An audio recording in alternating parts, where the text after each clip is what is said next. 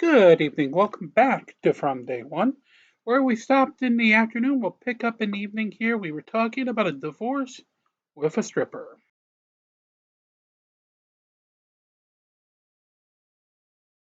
The school was when I was living there together. The only time I can think of is what he's talking about is I've been going to my son's soccer games. I didn't see anything being wrong with that, but if I'm in fault, you can go to any extracurriculars you want to. You're not prevented from going to extracurriculars, parent teacher conferences, school events, any of that. You're welcome to go there. So, sir, what's your concern about her going to the school? This would allude to me that you're talking about random times during the day for lunch or some other time. What is your problem with the school? I don't mind if she goes to school as long as I'm there. I don't want her father there. I don't want her sister there. They're bad news. They're bad people. Why are bad people with my kids? What is your allegations of her appearing at the school? What are you referring to? Are you saying in the middle of the day she went to see the kids and check them out of class? Or are you saying I don't want her taking them out. I don't want her taking them out. Has she ever taken them out of school or done any of the things that you're afraid of? But I don't want to wait for the problem to happen. I want to avoid that problem. Well, the court makes rulings based on things that have happened, not on what you're fearful of happening if they're unfounded fears. Why, ma'am, do you have any intent to go in the middle of the day and remove your kids in violation of a court order or take them out of school? No, I wouldn't do that because it's a court order. She's already violated the court order by posting pictures on social medias. Okay. But you correlate posting pictures on social media, regular pictures, with taking your children out of school and removing them from school? How do you? No, and I think this judge does a damn fine job throughout this hearing, except at this point. He doesn't conflate that, Judge. He said she just promised to abide by an order after admitting she violated an order. It's very simple. You connect the two. I'm just saying she's already violated one, so what's the reason she would have violated the second one? That's why we're here today, because she violated. Life is full of what ifs. And I don't rule on what ifs. I rule on evidence and facts that have been presented to the court. So you wait for the problem to happen? Is that what you're saying? Sir, this isn't a question and answer session between us. If you don't like my order when I rule it, you can talk to counsel. I'm just asking. I don't know. This isn't a question and answer session between us. I ask questions and then you answer. That's how it works. That's how court works. Yep. It doesn't go the other way. The point I'm making is, guys, you can sweat the small stuff or you can exaggerate stuff and make it outrageous and unreasonable.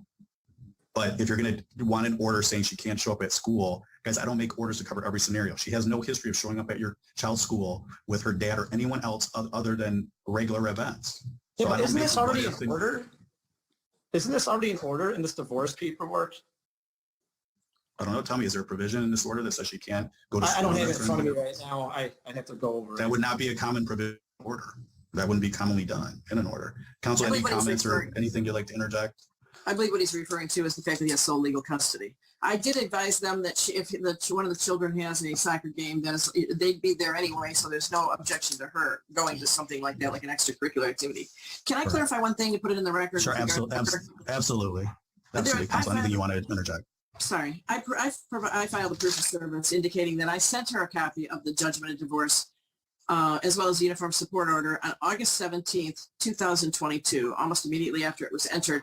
I served it to her at her last known address on Kewadin, which I believe is her father's address. So I believe I even had a few email exchanges with her prior to the entry of this judgment. I do know that I served her a copy of the proposed judgment prior to entry. So her allegation that this was all a surprise is well, she's no, but even from Mr. Nemosi's testimony, she knew as of Thanksgiving of last year, which was 9 months ago. So even then, there's been 9 months to address these restrictions in the judgment. All right, so I'm going to indicate that both parties are permitted to attend the minor child's extracurricular sporting events and parent-teacher conferences, etc. This is what I'll say regarding appearing at school. Neither party shall appear at the minor child in school during the school day absent a legitimate reason for the same, i.e. family emergency, illness, doctor's appointment, etc. Those guys are just some examples of why you want to appear at school. I mean, most parents, guys, don't show up at a child's school, either parent, during the school day and pull them out of class. So, guys, that's just a given. That's a unique situation in the court, or anyone's going to be like, if anyone's showing up at school at random times, that wouldn't make sense. But I haven't heard anyone's done that. So I'll just say what is reasonable, and no one's done it. I'm not finding that anyone did it, and I'm just making clear, if you guys need clarification, Don't be showing up at random times during the day unless there's a legitimate reason.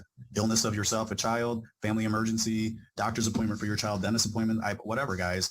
But I haven't heard it's happening, and I've not found it's happened. But if you want me to say don't show up random times to school, I'll say it. All right. All right. I'm going to put in here 3.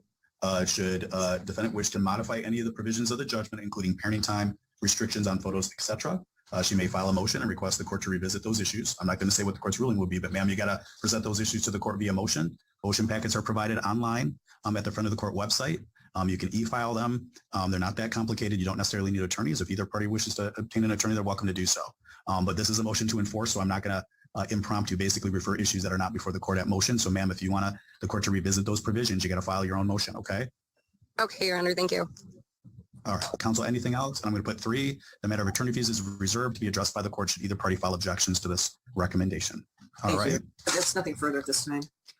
All right. So guys, and sir, I'll just advise you to talk to Mr. Ross whether you want to object or not.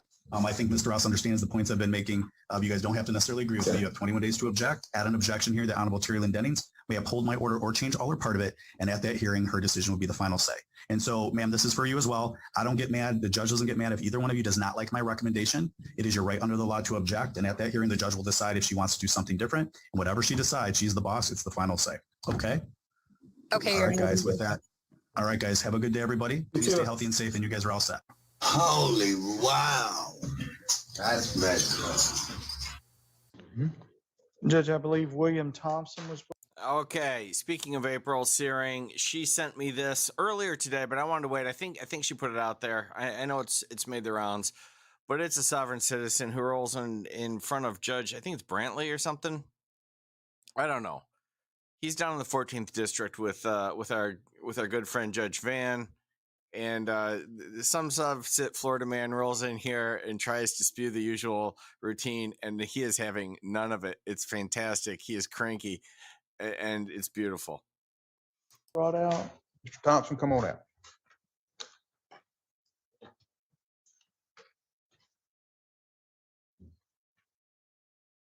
Judge, on the 2 cases, Sept for today, he was representing himself. You'd found him competent to represent himself, but apparently over the weekend, something happened and he's in custody. Is he set for this afternoon? 1:30 docket. Big dummy cut an extra charge. It's so fun. But I saw you had done a order revoking his release, and I couldn't find where we were appointed or if he was continuing to represent himself. I still want to represent myself. And also, does this court recognize the Americans with Disabilities Act? I got no idea what you're talking about, sir. I'm being held at the jail and they're not recognizing the Americans with Disabilities Act. That's between you and the jail. Am I in your custody, Your Honor? Huh? Am I in your custody? Yeah, you're in custody. Am I in your custody? In my custody? Yes, No, sir. sir. I am a judicial. I don't have anybody in my custody. There's a separation of powers. The executive branch is one who maintains in custody. If you want to represent yourself, you need to educate yourself. But now we have attorneys appointed to represent you.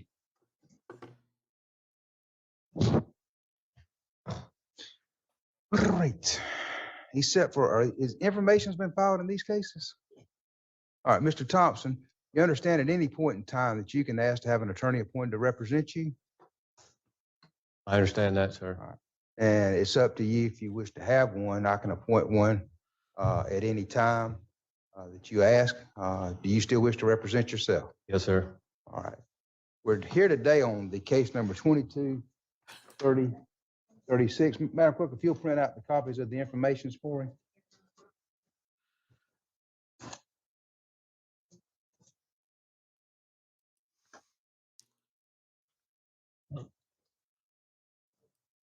Oh, it's thick.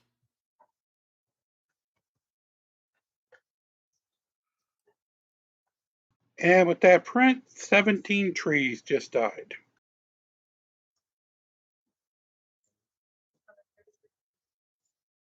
Yeah, I guess we need to arraign him on those. I believe he had a warrant out for his arrest and he got arrested on some new charges also.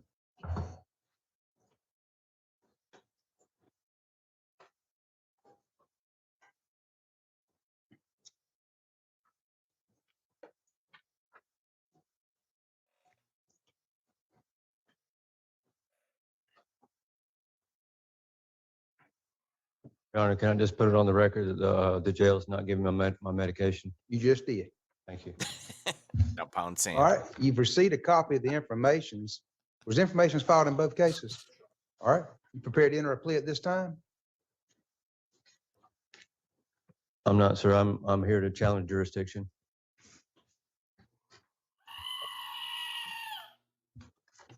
Challenge it. I'm here on special appearance to challenge jurisdiction, sir.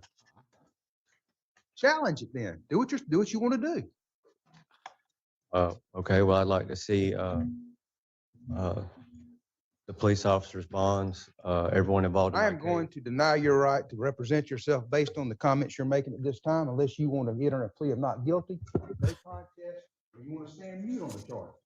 I'm not putting up with any of the sovereign citizen stuff. So if I'm you not want trying to to sovereign enter a plea, you've been charged by way of an information. If you want to represent yourself in the correct way. I'm denying your contesting the jurisdiction. I'm denying that. So enter a plea. If I enter a plea, I'm just Enter a plea.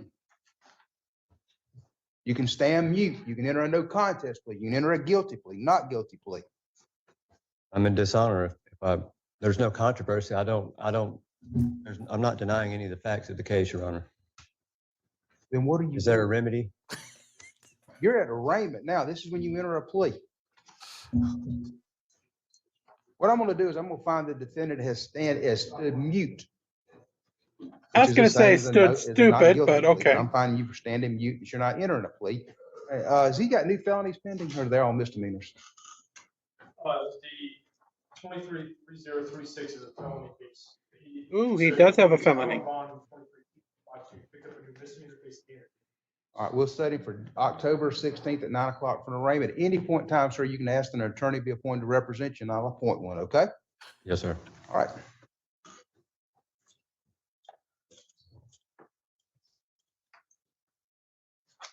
Boy, I'm just getting railroaded here.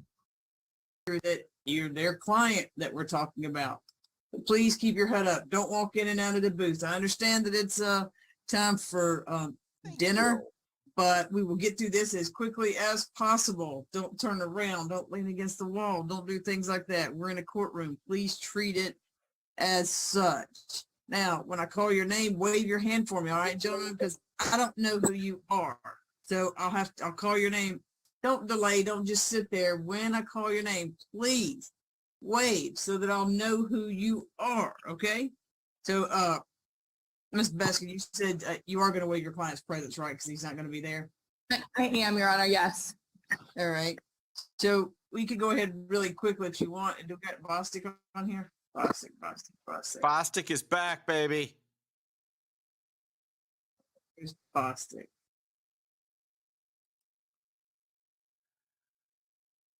Well, we can't find it. Bostic yet. She's on your There's judge. Bostic. I'm on here. All right, I see her now. All right, so this is number 25. We'll do this first since Ms. Beskin has somewhere else that she needs to be. All right, if you're not a lawyer, keep your camera off. This is not visitation time where you get to look at your loved one. So turn your camera off, or I will turn it off. All right, this is number 25. 23. Just before you begin, I'm sorry. He's in medical, so she says she don't want him pulled. Is that what? Because they're going to put him in court, right? She's waiving his presence. Okay. She's waiving. All right, so this is 23 CP 220487 Durante Outlaw, 54 days without indictment. There's no bond as of 7/29. Possession of a knife or a firearm during the commission of a felony and aggravated assault. Pre-trial. In regards to Durante Outlaw,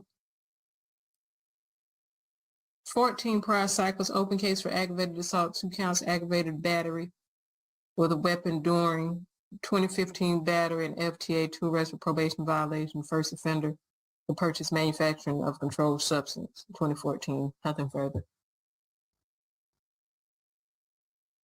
All right, go ahead, Ms. Beskin. Yeah, thank you, Your Honor. I did want to bring up a probable cause just issue concern to the table. We've not had this preliminary hearing yet, Your Honor, but My client was shot 3 times, and he is wheelchair bound now. As was Ms. Robinson announced, he's in the medical unit of the jail. He's been transported back and forth to the Grady Hospital multiple times in his 54 days that he has been there. There was no weapon found on him or in the home that he was at. And so I just wanted to bring that to the court's attention, as there will be a self-defense defense at the time of the probable cause hearing, Your Honor. Okay. In terms of bond, he is a lifelong resident of Fulton County. If he's released on bond, he would actually be living in Henry County with his sister, because he is in need of full-time care for doctor's appointments, his infections from his gunshot wounds, and being in a wheelchair. I can give that address for the court. It would be at 819 Witherspoon, that's WITHERSPOON Court, McDonough, Georgia, 30253. Mr. Allah is not a threat to himself or others. He does have all of his family here in the Fulton County and Henry County area. He'd be living with his sister, as I mentioned, Your Honor. He is on a flight risk. He's been in custody 54 days. At this time, we also, Your Honor, never mind. I'm going to ignore that note I had to myself. For the aggravated assault, Your Honor, we're asking for $10,000 on that and $5,000 on the firearm. Nothing further. All right, what says the state? Your Honor, the state will be asking for a higher bond, just given the nature of the allegations. The state will be asking for no less than 30. The state is concerned, particularly with an open case in Clayton County with similar like offenses in July 23rd of 2021. I don't believe it's been resolved at this point, but the state is concerned since that offense is also an aggravated assault. I think some of the opposing counsel's arguments would be best suited at an immunity hearing or at a preliminary hearing, but the state's just concerned with that open case, as well as some personal offenses in the defendant's history as well. So state's concerned with the risk to reoffend, as well as the danger of the victims, given the nature of the allegations in the warrant, as at least according to the warrant, witnesses stated that he was a person who initially started the altercation. The state would just ask for no contact with the victims of the shooting, and no returning to the location. And I believe that is, yes, 3540 North Camp Creek Parkway, and no contact with the victims, Micah Walcott, Mikkel Walcott, and Cedric Kirksey, as placed on the warrant, Your Honor.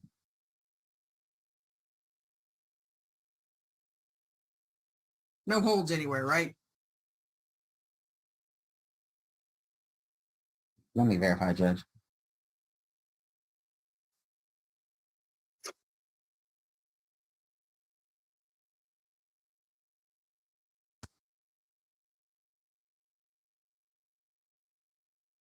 A Bostic.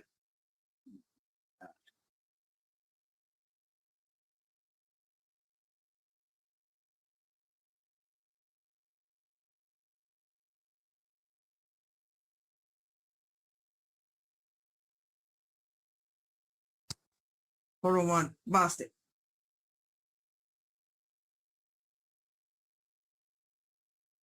You see, I'm looking. Give me a second. Mr. Scott, can you hear me? Coming up.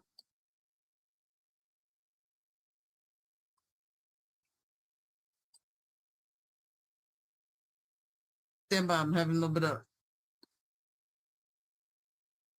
audio difficulty.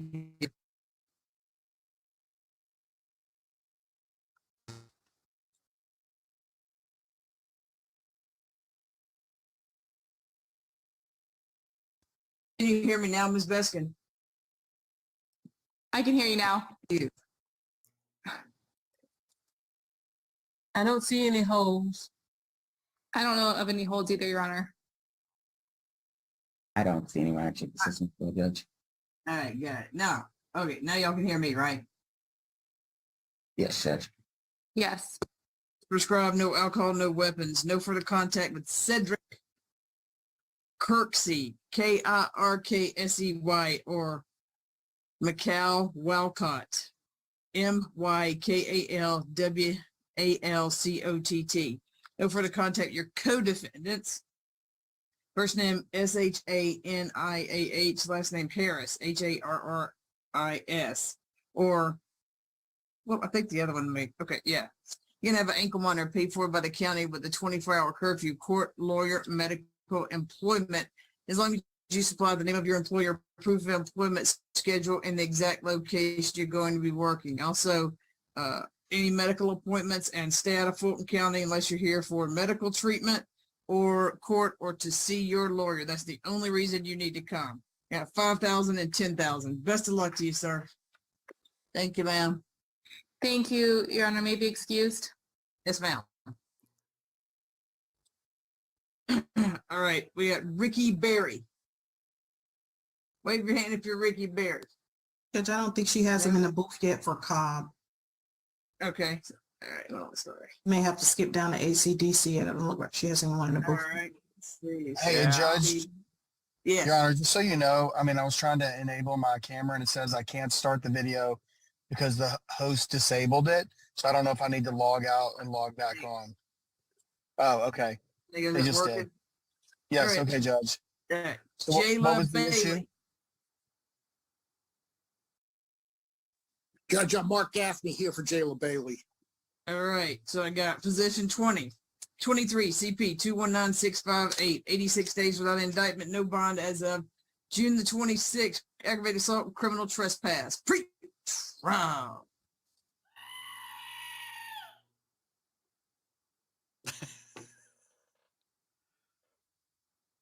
Okay, this call is horrible tonight. Yeah, Mikey, what the heck? Why is And this I think I know why, pre-trial? because I read in the chat. Yeah, Mikey? It's got bad energy.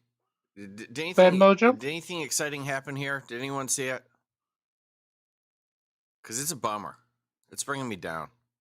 Mikey, you're not supposed to bring us down, especially after the stripper. No? I think I'm just going to close this out. Usually I can rely on this, but it's understandable under the circumstances. There's no energy. There's no energy in that court. So I think I'm just going to close it out with a throuple.